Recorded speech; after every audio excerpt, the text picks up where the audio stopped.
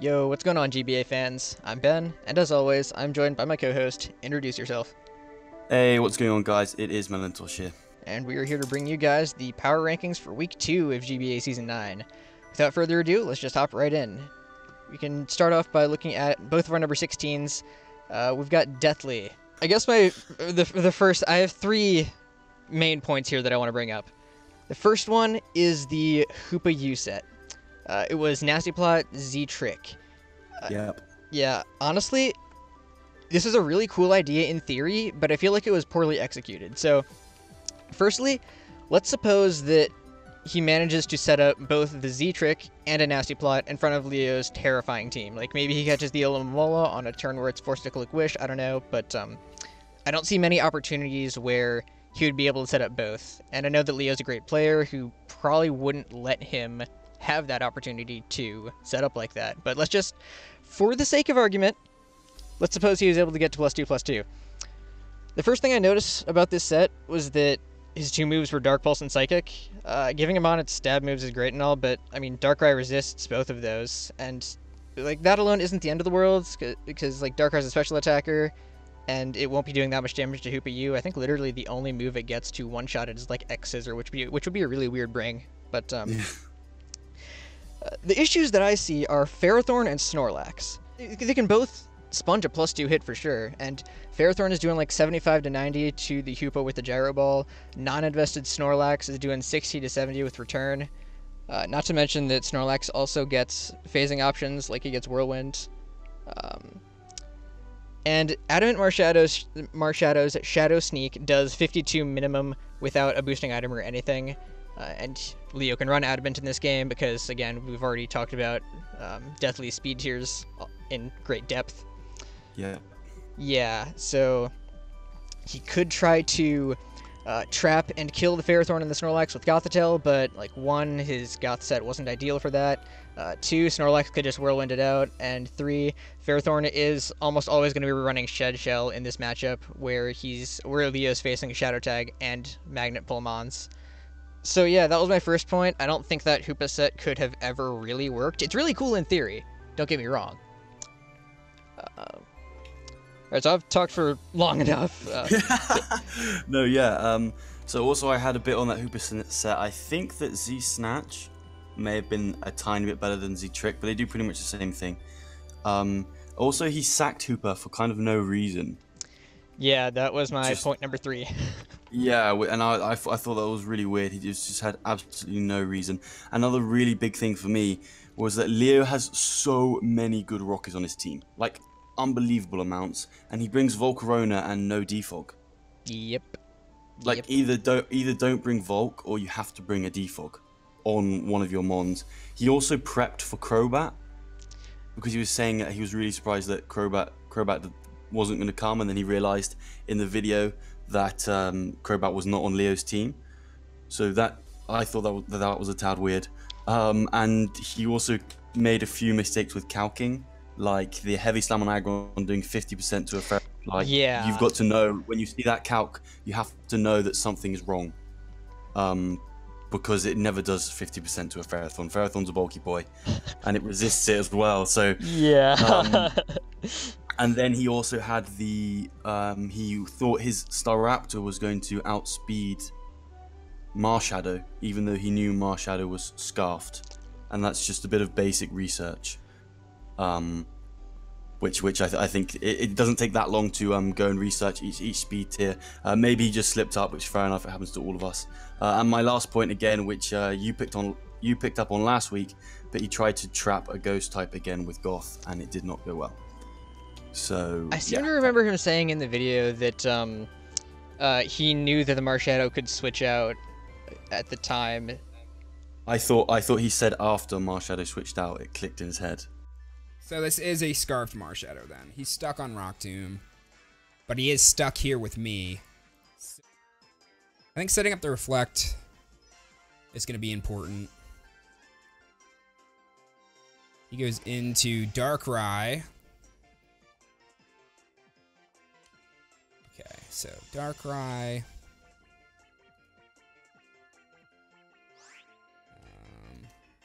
Goth. I mean, he's not trapped because he's ghost type. That's why he swapped out.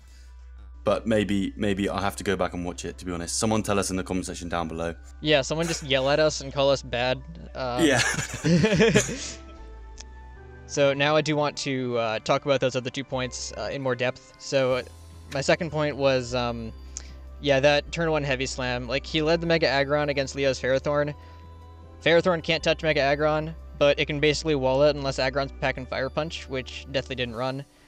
So this is the perfect opportunity for both players to set up their hazards.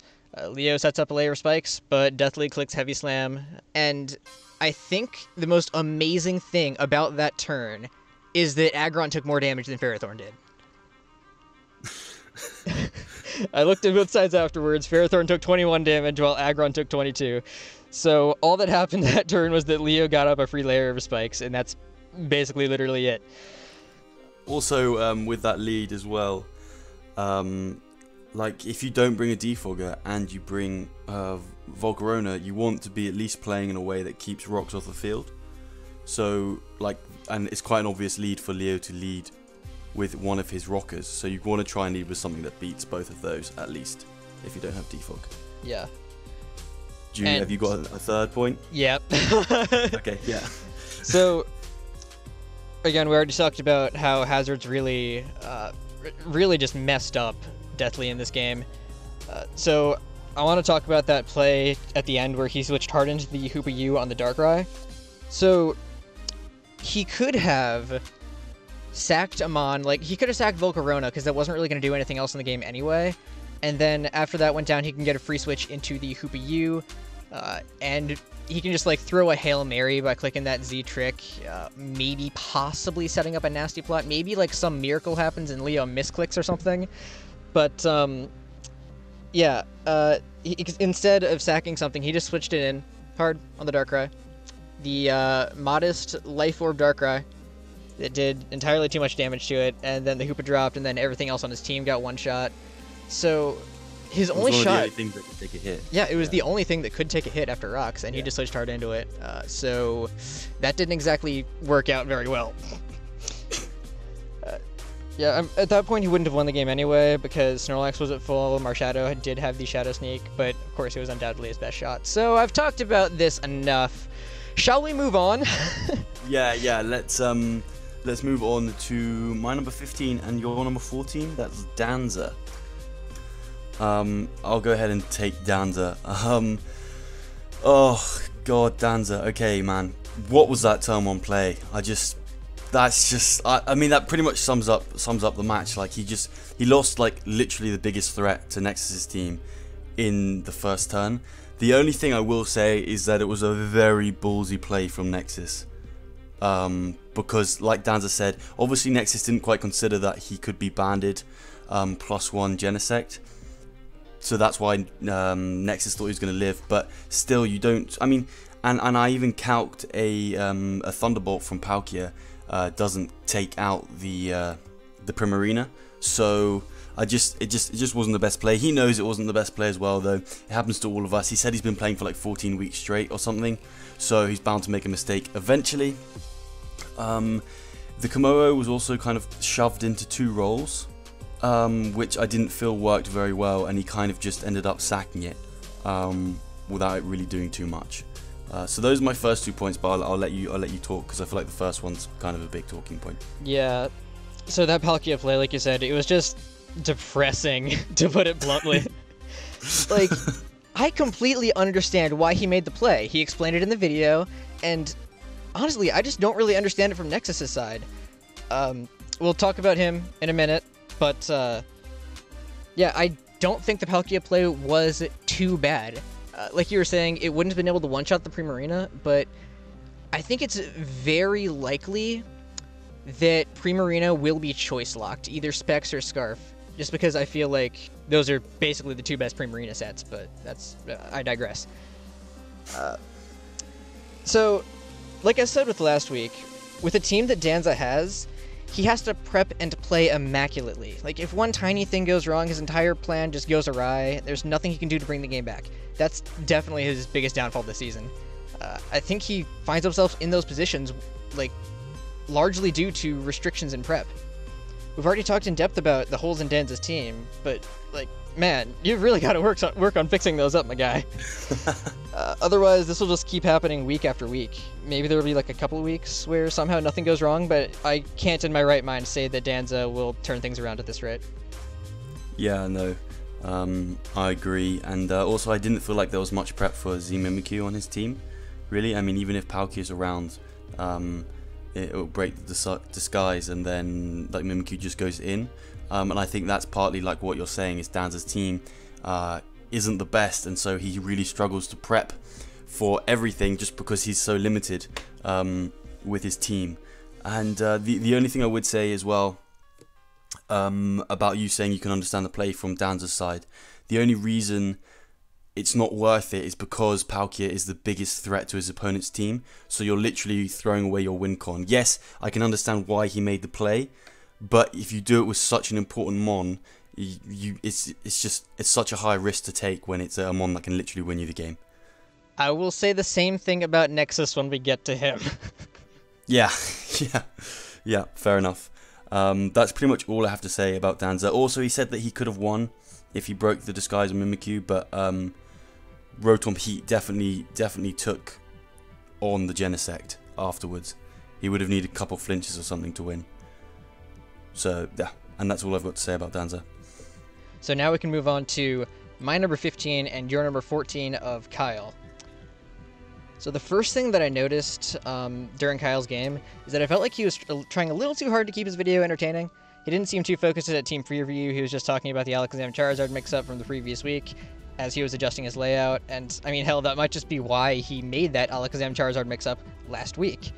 Maybe he wasn't paying attention to the game. But regardless, this week he picked his lead with just a few seconds left, and I think he just got decently lucky with the lead matchup because I feel like he just kind of chose Zygarde at random.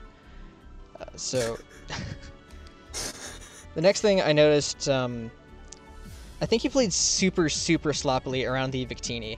He set up a Sword Stance with Celebi on the switch into Victini, but then he just switched right out into Blaziken and sacked that, when we saw later in the game that Celebi would have lived a Blue Flare from that range, and had he just stayed in and clicked Baton Pass, he would have gotten a free +2 into the Heat Greninja set, and all of a sudden, boom, Kyle's wildest dreams come true, and the set kinda puts in work. At the end of the day, Donphan would have been able to 1v1 it, but it certainly would have thrown Goldoa off, and that could have... And he could have still potentially won the game at that point, but it's of course hard to say since the game would have played out super differently. But, yeah. Another thing, sacking off the Blaziken to the Victini felt like a pretty bad play. Then sacking off his Celebi right after that, without even going to either of his water types to scout to see if the Victini was choice-locked. And even if it was Scarf, Greninja was at full, and the Blue Flare would not have been OHKOing. Goldoa doesn't know that he doesn't have a water move and he doesn't have a dark move, so he wouldn't stay in with Victini in the first place. I just think that Kyle threw in the towel way too early. Yeah, I agree. He did get bodied this game, to be fair. Absolutely. Yeah, like Goldoa played a really good game. I think the biggest thing this week, and I do feel a bit bad for him because he got caught completely off guard. Like, this is a bit on a Goldoa, but Goldoa didn't bring either of his Ubers. So, like, obviously he's going to have a lot of prep for those. So when you get caught off guard like that, sometimes it's hard to get back on your feet. And I think that's kind of what happened to Kyle this week, which is why I have him a bit higher than Danza. I also really wasn't sure about him staying in on Zapdos with his Zygarde, because Zapdos naturally outspeeds Zygarde, and it's obviously going to be carrying Hidden Power Ice. So, I mean, to be fair, it's a bit like you said. And he has such an offensive team, I think he needs to be playing more offensively, whether he's playing quite safe at the moment. So I think if he wants to succeed, get some success, I think he needs to start playing more offensively with the seriously offensive team that he has. But I didn't think he played super horribly this game. I thought he played okay. I just thought that Goldoa was immaculate, to be honest. Yeah, to go off of what you were just saying a second ago about staying with Zygarde on the Zapdos, Zapdos actually did pretty heavily pressure his team. Like, Celebi might have been his best switch-in, because, you know, it's not quad weak to the HPS, but it is quad weak to the U-turn. And Heat Wave does a lot, I suppose. Yeah, that too. So, Yeah, he really just didn't have very many easy switch-ins. Again, Celebi is just not a good fallback wall against mons that have U-turn. Yeah, that's true. But I felt like he maybe could have even gone Gren there. But like you said, like there's no way he's thunderbolting a Zygarde. Oh. Yeah, that's a fair play. Never mind. He could go Gren and hit Power Ice or Heat Wave, whatever if he wants to make a play. Worst case scenario is he does U-turn. But then again, I don't think it's such a risky play for Goldoa to U-turn there. So I feel like Gren was a play, and like you said before, Goldoa doesn't know that he doesn't have Ice Beam or that he doesn't have Hydro Pump. So he would have been able to force out the Zapdos. I don't know if he had U-turn on Gren or not. I don't think he did. No, okay. I think it was Protect, Frustration, Low Kick, Shadow Sneak. Okay, so it could be itself if he brought Ditto, which is just Ditto doing work from the bench, to be honest. I think Ditto did come to the game, but it was Quick Claw, it wasn't even Choice Scarf, so yeah. The set wouldn't have worked nearly as well. If it worked at all, I don't know if it would have. Of course, it didn't actually happen in the game, so we'll never know, but... Yeah, like you were saying, I feel like Kyle didn't play horribly aside from all that, but he just played right into Goldoa's hands. Yeah, that's exactly it. Yeah, and like also he said he misplayed around B, but like who expects defog B drill? Like that's just good prep. Exactly. So shall we move on to Bo? No, your number 13 and my number 11. That's Nexus. Okay. Time to talk about Nexus. I almost put Danza above Nexus. Almost. Ooh. Because, like we just talked about, I cannot understand his turn 1 play. Like you were saying you can't understand Danza's turn 1 play. Yeah, I can't understand Nexus's turn 1 play. Agreed. He said at Team Preview that Primarina just goes ham against this team, so he leads with it and risks it turn 1. He said that he wasn't worried about the attack boost, but like Danza said, Banded Ironhead would have absolutely blown it back. And that's one of Nexus's best Pokemon gone turn 1. And I don't think he can ever take that risk. And if he didn't think that physical Genesect was a thing or something, that just means he's like uninformed about the format, and he would have really no business winning any games this season against players not called Deathly. Also, he should know his team well, and knowing his team is slow, so people are going to bring bans and choice specs against him. Yeah, so I just believe that this was a terrible play from all angles, and I think he got rewarded in a huge way. The only reason that I have him above Danza is because, like I said before, I feel like Danza kind of puts himself in these kinds of positions where one mishap causes his entire game plan to fall apart. Again, this is all solely because of his draft. Also, it's worth mentioning that later in the game, Nexus said that Danza's double into the Genesect might have been predicting the Primarina. So then, with that in mind, he knows that Genesect can be a check to Primarina, so then why the hell does he take that risk turn 1? And this entire time, he has a Rotom Heat in the back at full. It hard walls. Nexus, please. I mean, it worked, but... Okay, I'm done. You have anything else to say about Nexus? Yeah, I think not considering banned really helped Nexus this game. And then he also did a calc to see what set the Genesect was, but he misread the special attack increase.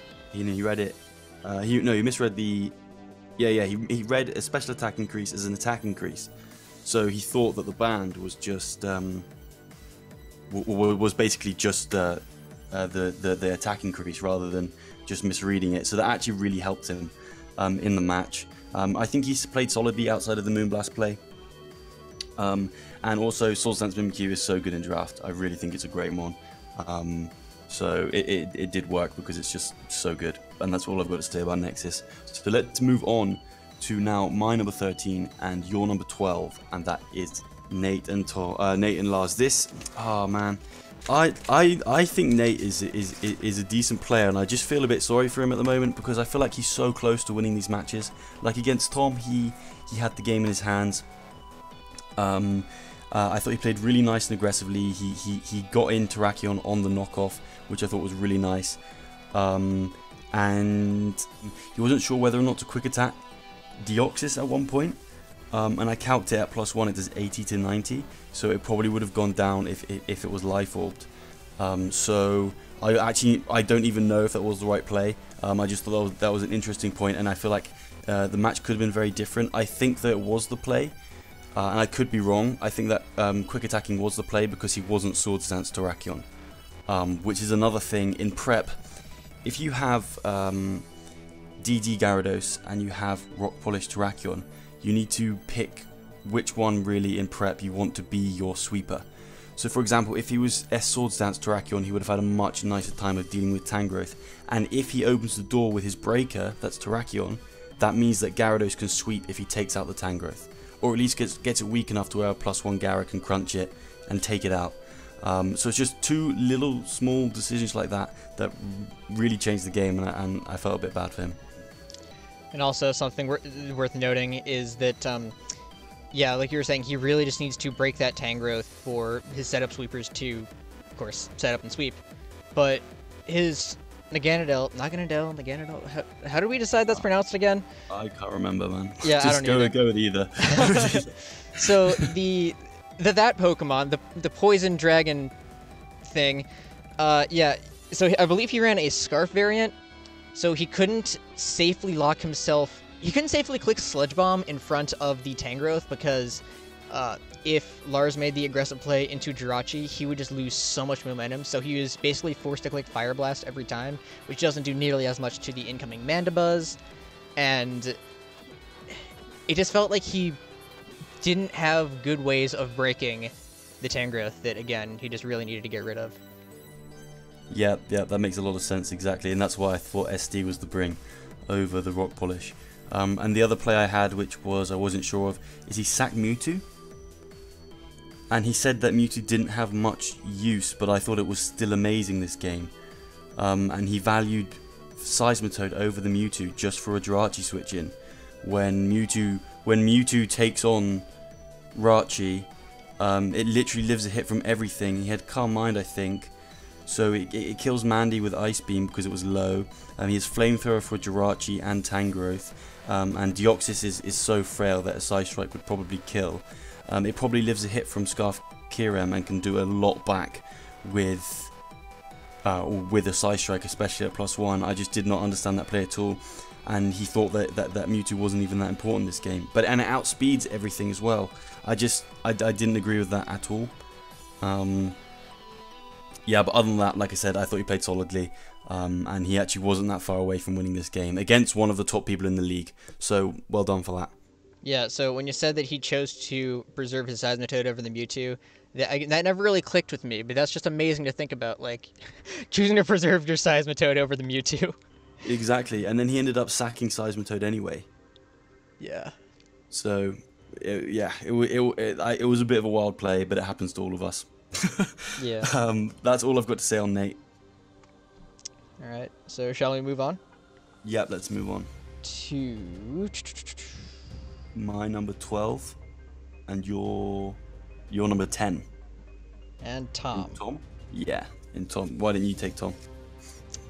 Right from the start, you could tell that Tom was a little under-prepped for the Barbaracle, as it was in a position to 2-hit KO the Mesprit, and if Necro had just been super aggressive and clicked Shell Smash turn 1, Tom would have basically been forced to reveal his Scarf Latios right off the bat, as that was the only thing that could revenge it, I think.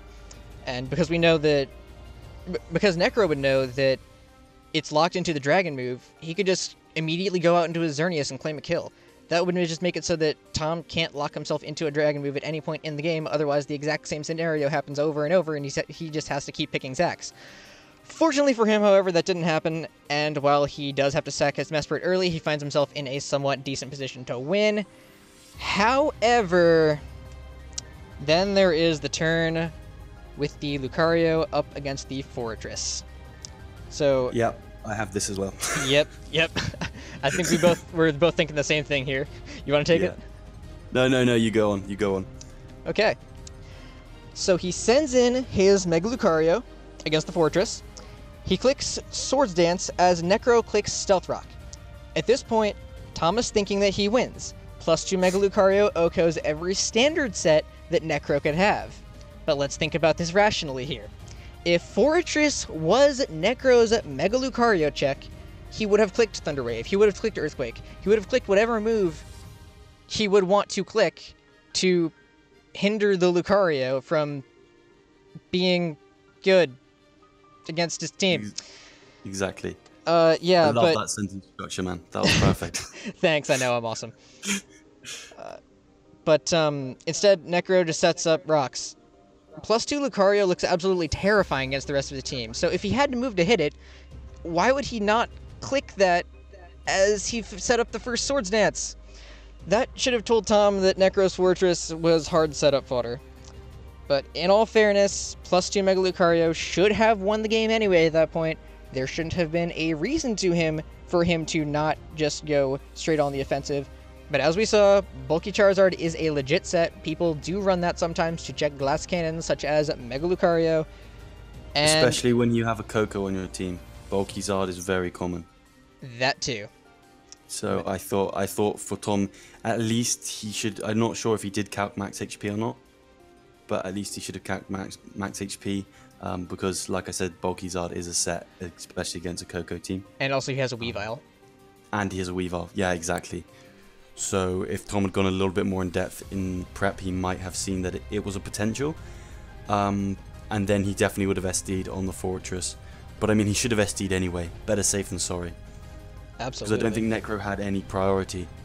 Yeah, I don't think he did either. And the only other potential set that he could have had was like let's just suppose that Tom did kill the Charizard and that it wasn't a bulky set.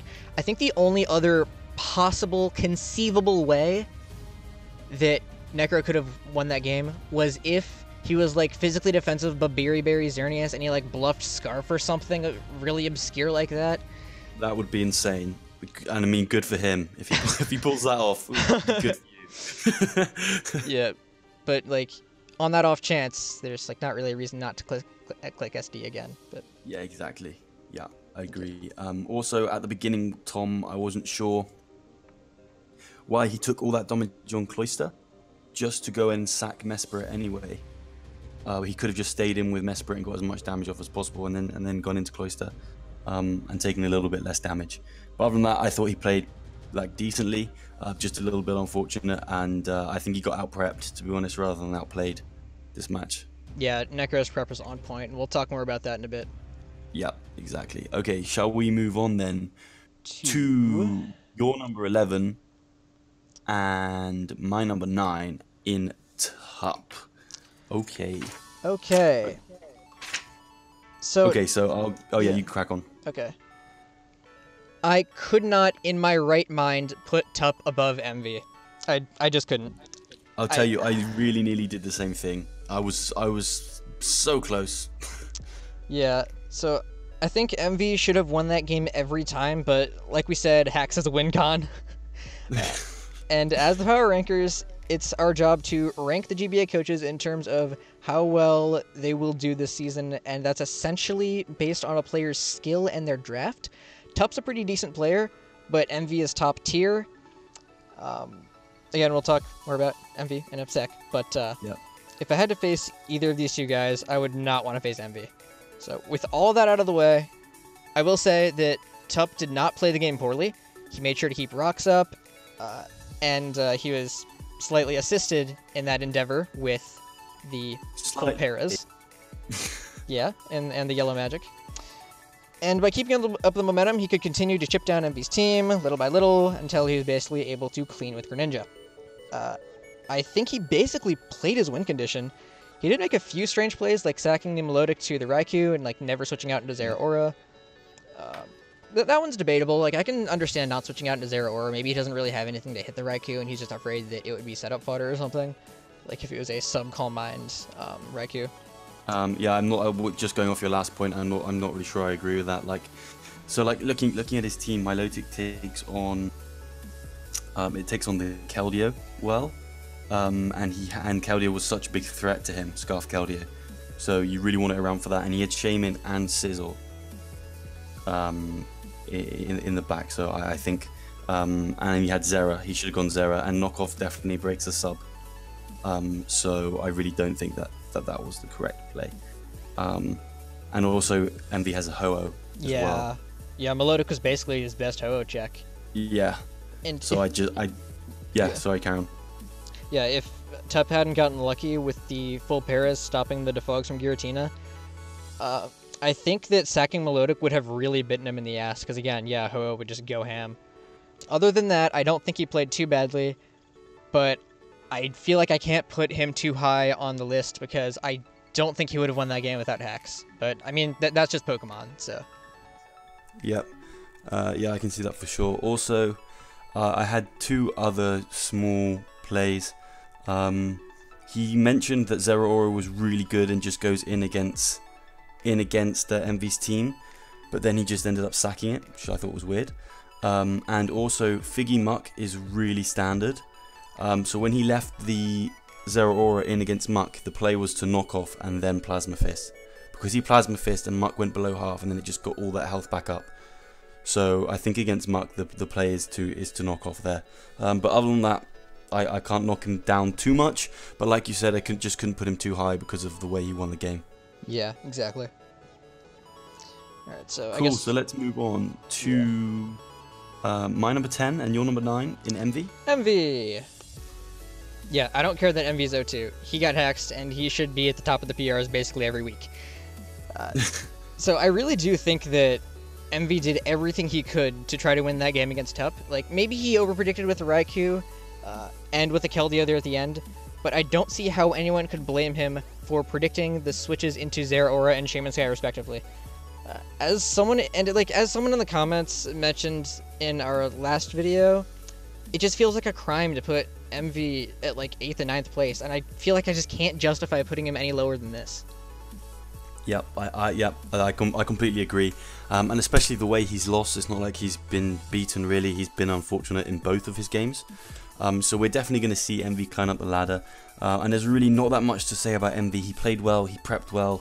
It was just unfortunate, I think, and I think that maybe we might see a change in team with Envy, because I'm not sure he's enjoying using Ho-Oh, because I think if he had a different Uber, which I'm pretty sure he's going to do, it means that even if he gets hacks and doesn't get a defog off, for example, then he can still win the game. Whereas with Ho-Oh, if he does get hacks, then it's really an uphill battle for him.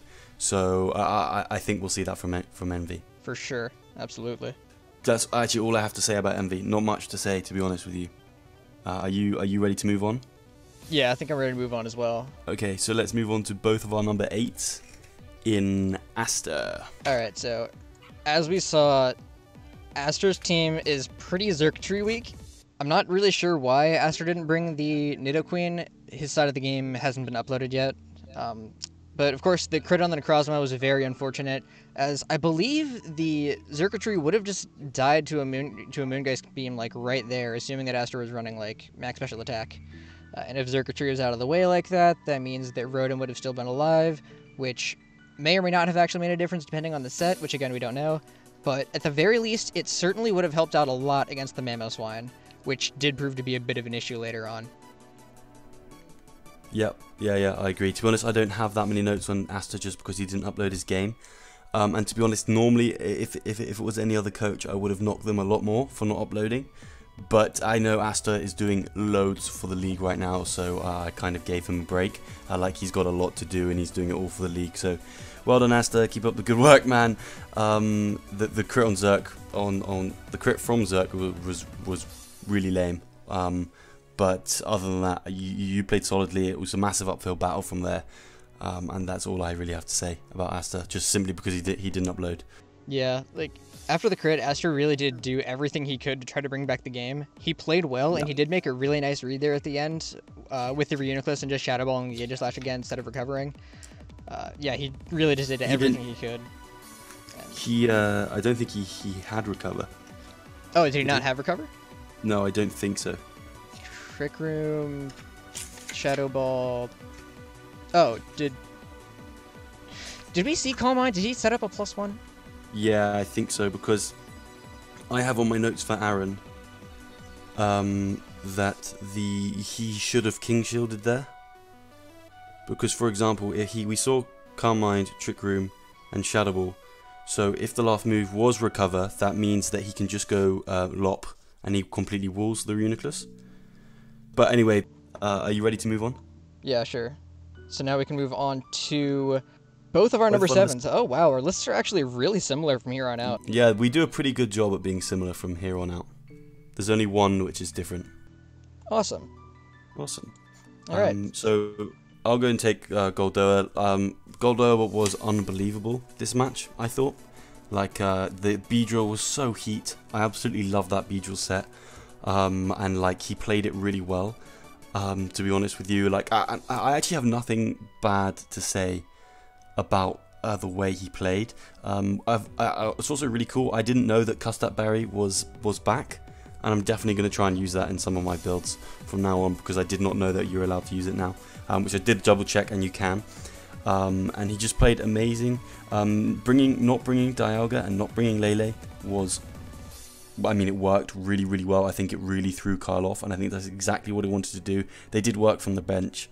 The only one knock that I did have, even after I said, I don't know why I said I have no knocks, because I have one knock, is that he nearly let Blastoise burn the Beedrill with Scald. And while I can understand the play, Beedrill was a huge threat to his team, and if he had got the burn, which it's Scald, so it's pretty much 100%, it would have been unlucky. I would have been unlucky, but I don't think it was the play, potentially, just because Beedrill was such a threat to Carl's team, and getting the burn there would have really sucked. But other than that, well done, man. If you keep playing like this, you're going to keep winning, and you're going to keep going up. Alright, so here are my thoughts on Goldoa. Mega Beedrill is one of those mons where, like, it's always going to be at least solid, but when played well, it becomes an absolute monster. Let me tell you, Goldoa played that Beedrill beautifully.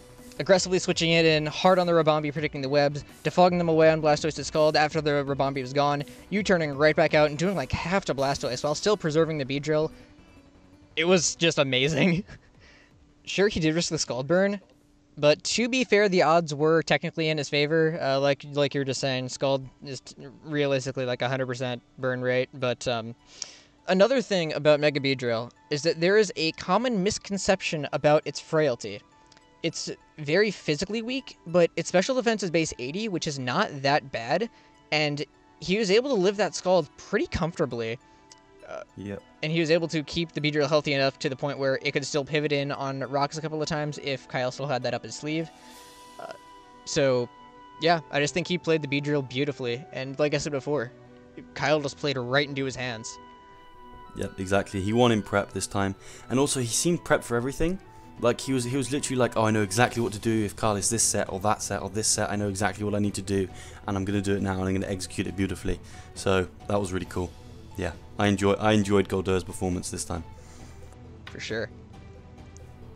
Okay, shall we move on to both of our number 6s, which is Jolt. So I'll go ahead and take Jolt. This game was really, I mean, I know there was hacks, and I know that's unfortunate, but it was such a good game, especially from like a spectator perspective. If you guys haven't checked out this game, I think it was probably the game of the week. Like I said, I know hacks, but yeah, 100%. I know hacks puts a dampener on things, but it was such a cool game, and I don't think Jolt should feel too disheartened after this game. It was, he played really solidly, he prepped really solidly, and I was trying to think whether the hacks mattered or not. And at first I was like, no, but once I started looking into it, I do think that it did end up mattering, and Jolt probably would have won. Because if Jolt hadn't got haxed, he wouldn't have had to go into Manaphy and take the rocks plus spikes. So that means he would have had one more switch in to Ape, which wouldn't have guaranteed him the win. But it would have put it in favor. I reckon it was 60-40 in Jolt's favor without the hacks there. That's what I think. Also, he got pretty lucky last week, so it kind of evens things up. But that's it. All I've got to say about Jolt. What a game. Go watch it now. Yeah, and that's why we have Jolt like so high on the list despite him losing, just because that was a top tier game. Honestly, might have even been one of the best of the season. We'll have to see. But yeah, it was just an incredible performance from both ends. So even though Jolt lost, he's definitely still in the top half of the league. 100%. Yeah. Yeah, completely agree. And like, I'm not going to talk about the ending, because if you haven't seen it, go watch it, because it is so hype. It's unbelievable. Yeah. Okay, so let's move on to both of our number 5s then. And Necro. And Necro. All right. Okay, why don't you go ahead and take Necro? All right. First and foremost, I would like to bring attention to the fact that Necro bred a hidden power fire fortress. That is dedication. Yeah. Yeah, so when he was going over the team, Necro talked about how insanely hyper offensive Tom's team is. He said that to beat it, he basically just needs to hit everything harder and faster, and that is exactly what he did. I absolutely love setting hazards and cleaning with Scarfers, and that's exactly what Necro was planning to do in this game. He saw that Scizor was Tom's only real switch into the Xerneas, so he brought a physically defensive 4-ish with HP Fire to check that. Rocky Helmet punishes the U-turns, gives him an easy switch into Bullet Punches, because Tom has two very, very good Bullet Punch users on his roster. And Fortress has Spikes and Rocks to make it so that Scizor can't keep pivoting in easily. So yeah, I just think that Necro prepped for this game really, really well. I agree. He had Zardex to deal with Bullet Punch and Scizor as well, so he had multiple ways of dealing with it, which really helps his win con. Exactly. And he did make sure not to Mega Evolve the Charizard on the Lucario so that it would live in close combat. So at that point in the game, it was pretty safe to assume that the Lucario didn't have Stone Edge, since both Swords Dance and Meteor Mash were revealed, and if he didn't have priority on Lucario, then okay, cool, then Mienshao and Xerneas both easily revenge kill. But I think the biggest mistake that Necro made, it could have very easily cost him the game, but I think the biggest mistake he made was setting up rocks in front of the Mega Lucario. At that point in the game, he was in a pretty good spot, and I believe he was in a position to where he could just safely clean up the game with his 2 Scarfers. So basically, I don't think he needed to set up his own rocks. Had he just switched hard into his Charizard instead, we know it wouldn't have gotten 2-hit KO'd, as he had just spinned away Tom's rocks the previous turn, and it would immediately put pressure on the Lucario. To be clear, I don't think there was anything wrong with sacking Fortress as it had basically done its job, but the problem here is that he tried to sack it in front of the Mega Lucario, but that's just setup fodder. HP Fire wouldn't be doing very much damage. Like, I ran the calcs, and I seem to remember it doing around like 30 or so. That's not nearly enough to pressure the Lucario and make it want to just go straight on the offensive. So, yeah, Fortress is just hard setup fodder. Lucario could have just very easily set up an extra Swords Dance or 2 and then just plowed through the rest of the team. Like, I think Necro played this game beautifully, but this one misplay could have very easily cost him the game, and I think he's very lucky that Tom didn't try to get aggressive and set up more. Yeah, I agree completely. And like you said, with the Hidden Power Fire, even say if Hidden Power Fire had caused Tom to want to not set up anymore, he had to click Hidden Power Fire and not Rocks. But like you said, I think going into Charizard was the play for sure. And it was exactly what Tom did last week, actually, and Nate didn't set up with his Gyarados on the Gliscor. So that's kind of weird that it went either way with Tom. But the only other play I had down was he set up a Rock Polish with Lando really early on, when I felt like actually Rock Polish Lando could have cleaned late game, and I felt like he'd be better off just going for a Quake or something there rather than just going for the Rock Polish. But other than that, you pretty much covered everything. He won in prep. Xerneas was really nice. I'm really glad he didn't bring Specs, which I think he mentioned he nearly brought. Yeah. And we've got a really interesting game with Necro next week on our hands. It's going to be I'm really looking forward to seeing what happens in that game. He's playing the Melbourne Rotums. Oh, is that the battle of the 2-0s? That is the battle of the 2-0s, and also 2-0s of players who weren't too hot last season that are now both really playing well. So I'm really looking forward to that one. That's going to be awesome. Yeah. Speaking of the devil, shall we move on to Aaron, both of our number 4s? Sure thing. So I'll take this. First of all, I said it last week. Shiny Rayquaza, that would be great, Aaron. You'd really make my day. I think it looks amazing. And now, moving on to actual analysis, is the crit on Zerk was really nice, but I think you played it really, really well. The whole game was you prepped well and you played well. Can't knock you too much there. Sacking Mamo, which we kind of mentioned when we're talking about Asta. I can see why, but I'm just not sure about that play, to be completely honest with you. And what was the last? At the very end of the game, he realized he had the wrong low punny, I think it was. Yeah. Like, you won the game, okay, cool, and I can't knock you too much because it's definitely something I would do. That has me written all over it.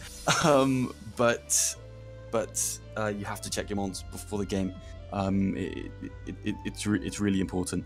And lastly, King Shield. I know you weren't sure whether to just Shadow Ball and stay in on the Reuniclus, or to King Shield to get your defense up, or to stall out the Trick Room. But if you were worried about the recover, so if Asta had gone for the recover, he'd shown Calm Mind, he'd shown Trick Room, and he'd shown Shadow Ball. So therefore, the most likely move slot is either Psychic or Recover. But if he is Recover, that means that you can just go low punny on the next turn and completely hard wall the Reuniclus, and I don't think Asta's gonna just like spam Recover. That would be really lame, and you have more PP than he has recovers. So King Shielding is definitely the play there. It was lose-lose, but it didn't really matter at that point anyway. You kind of had the game locked up. So well done, man. Keep playing like this, and again, really looking forward to your next week match. I think it's going to be super interesting. But yeah, keep playing how you're playing. Here are my thoughts on the game. Aaron just kind of clicked buttons with Circuitry this week. And that's all. But no, in all seriousness, as we mentioned before, he did get pretty lucky with that crit on the Necrozma, but also, like we mentioned before, hacks is just part of the game, and he did a great job capitalizing on it. He fully acknowledged his misplay with the Mamoswine in his post-com.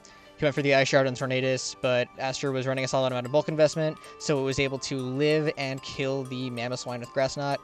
This is, of course, a misplay because Mamoswine just ripped through the rest of Aster's team.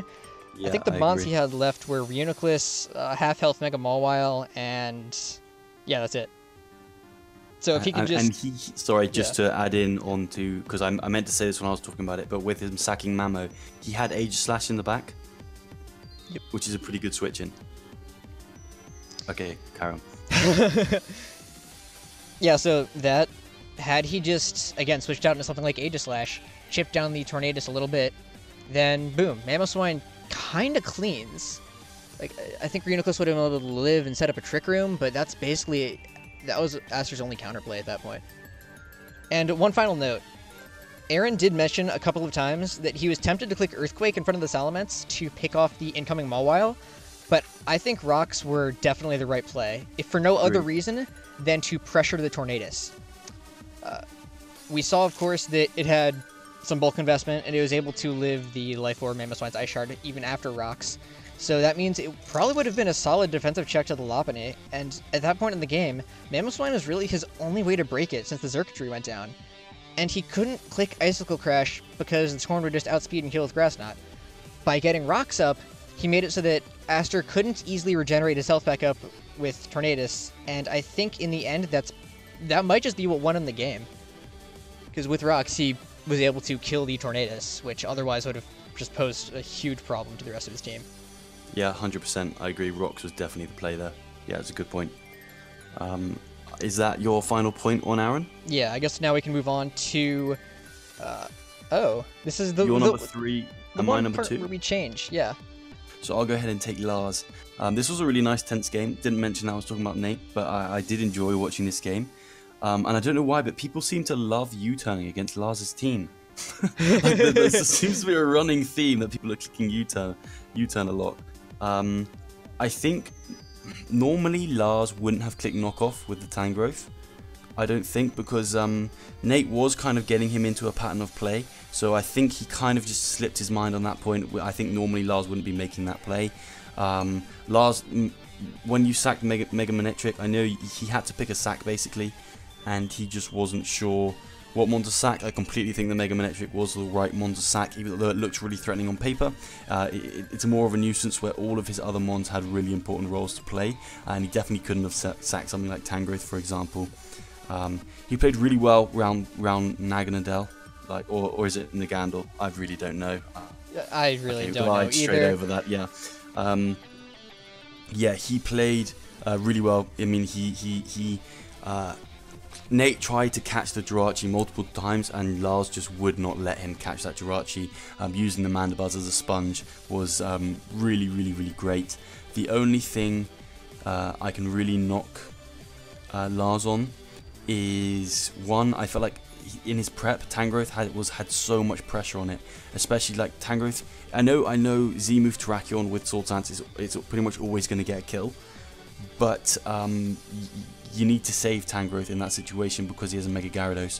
So I feel like he put a bit too much pressure on Tangrowth in prep this game, and also he let Mandibuzz get really, really weak from the Naganadel. But luckily for him, because that was his Mewtwo check, but luckily Nate just sacked Mewtwo, which when I was talking about Nate, I don't know why he did that, but I think that really, really helped Lars a lot. But other than that, he played Rachi really well at the end, saving it. Chose his stacks really well, and all round played a really solid game. And to be honest, I think it's going to have to take Leo to lose at this point, the way Leo's playing, for him not to, for Lars to take him over for me. But that's all I've got to say. I rambled, so. Yeah. Basically, we have Randy and Lars switched. I think it's basically just a matter of opinion, because the two of them are both 2-0, I believe. Yeah. And yeah, they've both been playing really well. So flip-flopping them. Agreed. Yeah. The reason I put Lars above Randy was because Randy got a little bit of luck this week to help him out.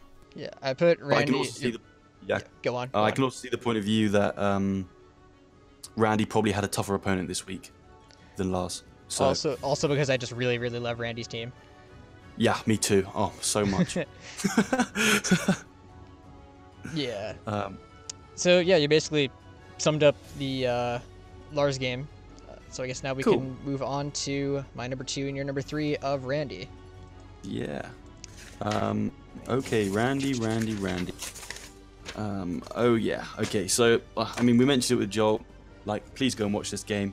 Yeah, absolutely. But there are a few things with Randy this game that he slightly missed out on.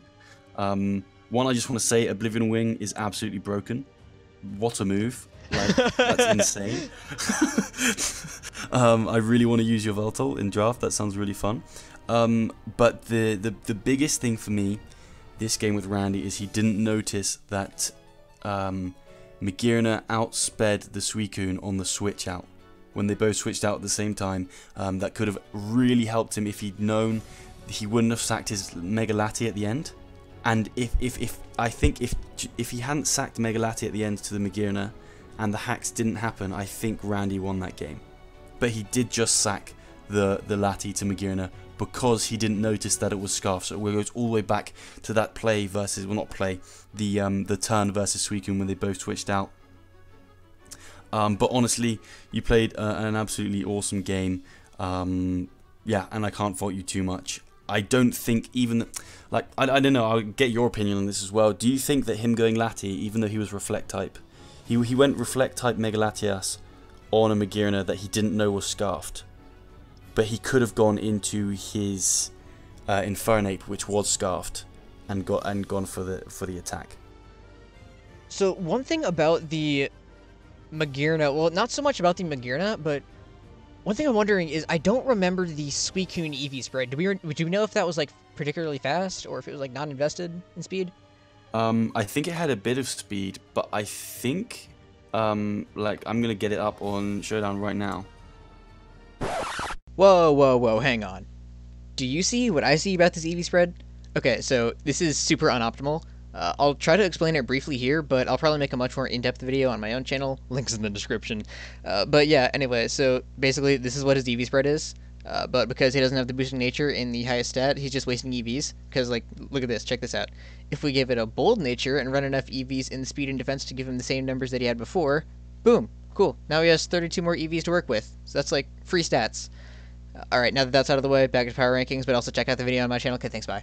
Yeah, see, I'm wondering if Max Speed Magearna would have outsped his Suicune spread. So even if he had noticed Magearna switching out first, would he know I for think sure he had that enough it's speed Scarf? for Breloom, which means he would have outsped Maguna. Yeah. I'm pretty sure Randy had enough, so I think his Suicune outsped Breloom. Yeah. Yeah. Then in that case, if he had noticed that, yeah, that would have just been huge in the end game. Yeah. And like I said, I really don't know whether he should have gone. Okay, assuming he didn't know it was scarfed, the Maguna. I don't know if he should have gone Lati anyways. I think maybe Infernape was the play, but I'm really not sure. Really not sure. Interesting play, but like we both said, he should have noticed. But that's all I have to say about Randy. Yeah. All right. So shall we move on? Shall we move on to both of our number ones again? Oh my days, this is just outrageous, man. Leo. Oh god. Firstly, shout out to Shuckle King for predicting the Z speed boosting Hoopa. Because Leo mentioned in his team builder that Shuckle King brought up the possibility of the exact set that Deathly ended up bringing, the Nasty Plot Z Trick Hoopa U. So for that reason alone, he brought Shadow Sneak on Marshadow, so he had like extra insurance just in case miracles happened there at the end, and Deathly was somehow able to get up to +2. And didn't just sack it. Yeah. Yeah. Leo was outrageous this game. Like, it's not even that much to say. Like, he did really well with getting up hazards. He noticed pretty much straight away that he needed to get up hazards this game, and he could pressure Staraptor into not defogging because Staraptor is a bad defogger. And then it was just disgusting. Yeah. Really. God, Darkrai just absolutely destroying, taking lives. Oh god, yeah. I don't even have that much to say other than that was disgusting. Leo identified his win condition. He played it immaculately. Yep. He set hazards. He crippled the Aggron. He weakened and killed the Scarfster Raptor. He sacked off the Mons that he needed to make that happen, and then he just won with Darkrai. To be fair, Deathly's prep and play were pretty subpar, to say the least, but it doesn't change the fact that Leo played a perfect game, and for the third straight week, he's sitting at #1 on my list. Second. Oh, third straight week. Yeah, wow. Third for me. Yeah, damn, third for you. Yeah, wow, that's solid. You predicted that pretty early on. It's going to take a lot right now to get Leo off the top for me. But this Leo has a very interesting match next week as well. Probably on par with match of the week, I reckon. He's playing Envy. Yo. So that's going to be hype. That's going to be interesting, especially considering that Leo's 2-0 and Envy is 0-2, but they're basically like on par in terms of skill level. No, exactly. The only thing I would say is that Leo has a lot of really good rockers, and Envy obviously has a Ho-Oh and has not been enjoying defogging recently. If I could give Leo some advice, I'd say bring Thunderwave, because that's how you beat Envy, I think. Yep. The only other thing I have to say is Spatial Rend looks really cool. Never seen that animation before, and I was happy. Yeah, that was actually pretty cool. Other than that, have you got anything else to say with Leo? Guess not. I guess that basically wraps up this video. Okay guys, so that is going to be the end of our week 2 power rankings. I hope you guys did enjoy the video. Make sure you hit that like button. Make sure you check out all the coaches that will be in the description below. Probably. Ben, do you have any? Probably, yeah. Do you have any? Yeah, probably. We don't do it, so. Do you have anything else to say? I think that sums it up quite well. Yeah. We'll see you guys next week.